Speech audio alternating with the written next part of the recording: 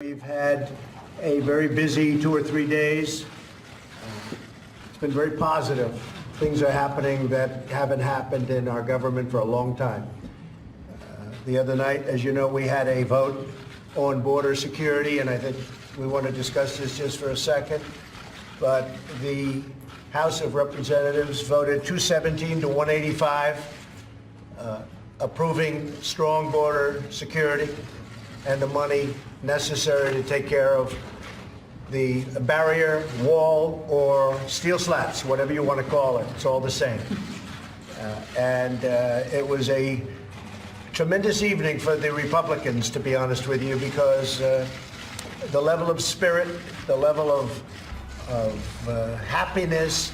A lot of people came out, they said they have never seen, one man in particular, he's been there for over 20 years, he said, I've never seen spirit or enthusiasm like this. They came from all parts of the country. A couple of them came from other parts outside, so I say all parts of the world, in order to vote. And they voted, and it was an incredible vote. And we were told that you would never get the House to vote. Well, we were able to get the House to vote. And it wasn't that we did it, they did it. They were incredible. So I want to thank, in this case, House Republicans, because what they did was rather incredible. And now the Senate is looking at it. We just had a meeting with some of our great senator Republicans, and lasted for a long time. Tremendous enthusiasm for border security.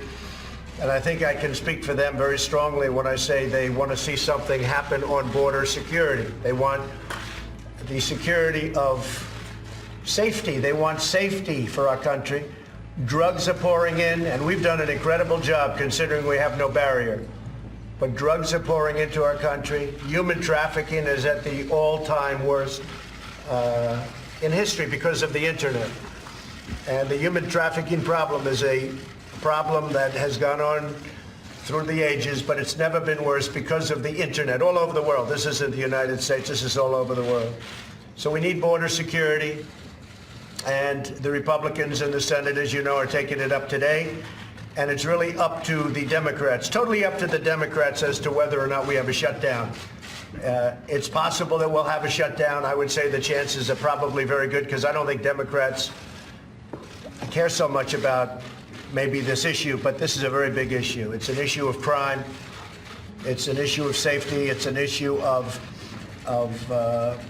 least importantly, dollars.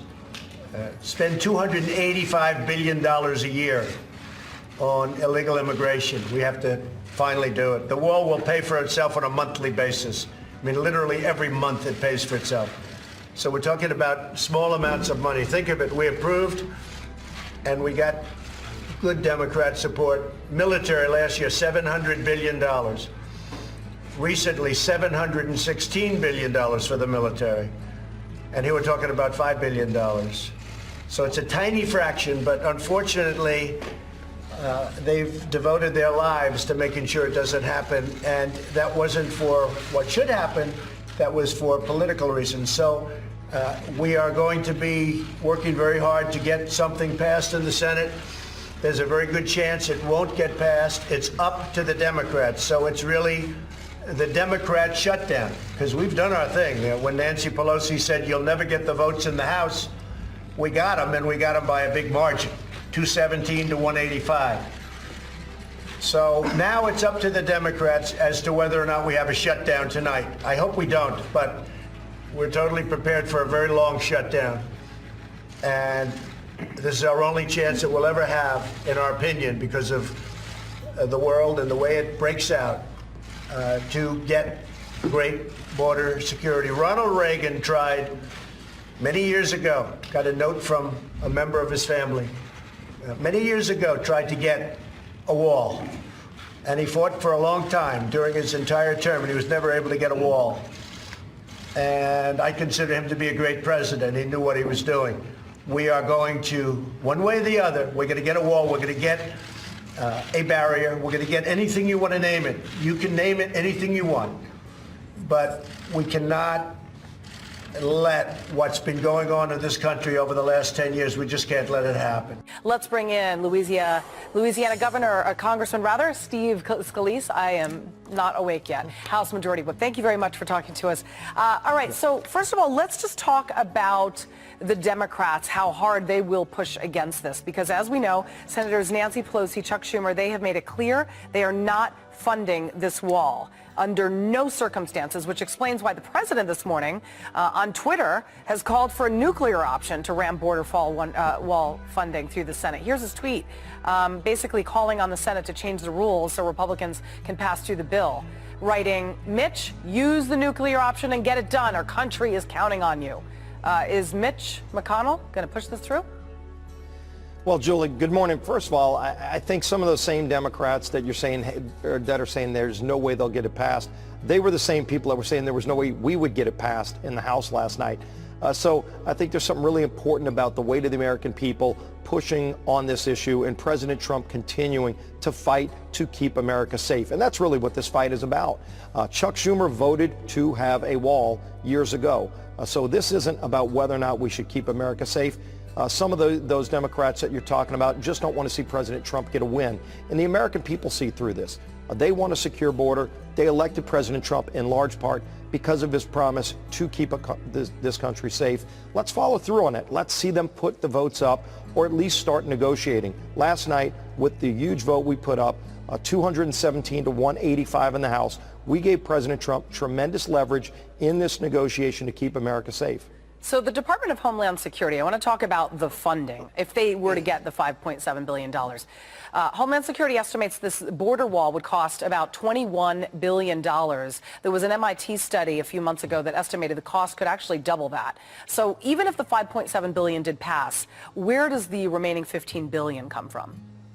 Well, that's over years, but what President Trump has said is in the next year, he needs about $5 billion to build the wall and to use technology and other things. One of the things you've got to look at that we put in our bill yesterday, there are prohibitions in law today that tell the president where he can and can't build the wall. They tell the president in law what he can and can't use to build the wall. So President Trump knows there are much more efficient ways to build an even stronger wall that cost a lot less money, and yet, ironically, in a bizarre Washington twist, he's blocked in law from using those smarter, better ways to build wall. We took that out. We removed all of those prohibitions, so we let the president build the wall in the best, most cost-effective way for this country, saving billions of dollars as well. All of that was in the bill. Let's let now the Senate and these Democrats in Washington that used to be for a wall until President Trump wanted it. Now let's start a negotiation where President Trump has real leverage. They walked into the White House last week and said the president won't get the votes in the House. The president just put up a huge vote on the scoreboard yesterday working with us. Okay, regarding the nuclear option, that's basically the big question on the table right now. I want to play Sarah Sanders, a clip from her interview on Fox and Friends this morning, recommending just that. Listen. They should. This is such an important issue, and it's something that all of America wants to see happen. And frankly, Americans want to be protected. The Senate has a constitutional duty and a constitutional authority to actually protect our country. We can't be a sovereign country if we don't have borders and we don't have protection of American citizens. And so we hope that they'll step up and do their jobs. So by the Trump administration calling for a nuclear option, they're calling for the Senate essentially to change the rules, which means only a simple majority is needed instead of the usual 60-vote threshold to advance legislation to a final vote. We know Democrats are going to object to this. Could there be a compromise like you sort of alluded to moments ago? Well, let's see if they can start negotiating in good faith. I think a lot of those folks in the Senate didn't want to negotiate because they didn't think the House would pass this bill.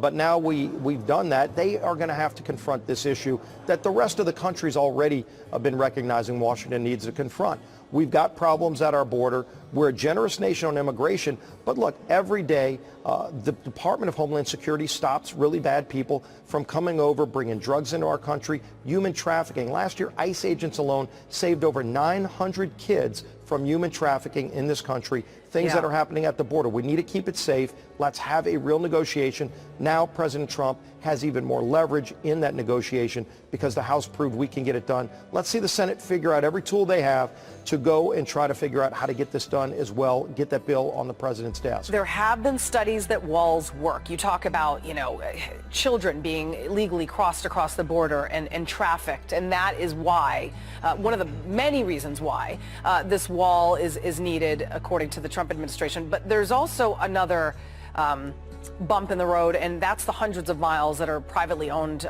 by farmers along the Texas border. And there's dozens of lawsuits. They're going to cost millions of dollars, millions upon millions of dollars to settle before wall construction could even begin. Where does the money come from to settle these cases? Because this isn't something new. This has been going on for decades, these lawsuits. Well, and all of that needs to be confronted, but that's one of the reasons why people just said, well, it's going to be just too tough to get it done, so they never did it. It's time to finally take that on. And you have a president who is a builder. Like President Trump, more than anybody, knows how to get things done and how to build things. And there's always going to be somebody standing in your way saying, well, there's some environmentalist group that's going to file a lawsuit. Well, you know what? We usually win those lawsuits, but you have to actually go and take them on. And nobody took them on because they just said, well, it's going to be too tough.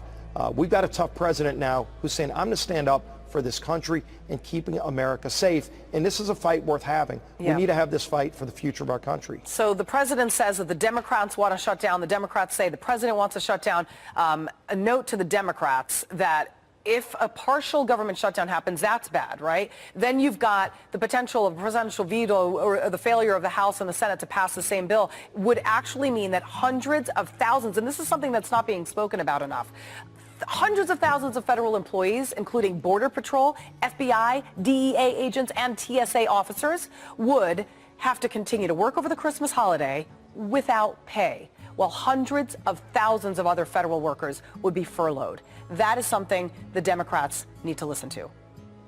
And that's going to be on their backs because, look, while the president has said he wants to get this done, the Democrats are more concerned about who gets blamed for it if it happens. They don't want to give the president a victory, but the president's fighting for America's national security and securing the border, something even people that have different feelings on immigration than President Trump, by and large, most of them think we ought to have a secure border and then have a legal way to come into this country. All right. And even President Trump